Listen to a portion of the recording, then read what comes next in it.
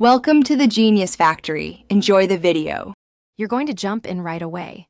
Log into Facebook and make sure you're using the account with admin or professional mode rights. Once logged in, open the profile menu and select Professional Dashboard or switch to Professional mode. This opens the tools you need.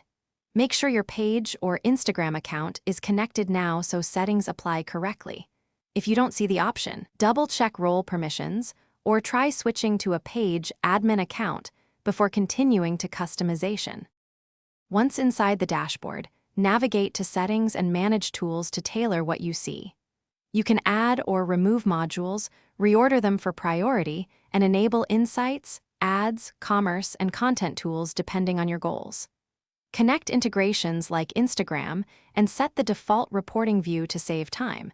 This affects what loads first each visit. Make changes deliberately.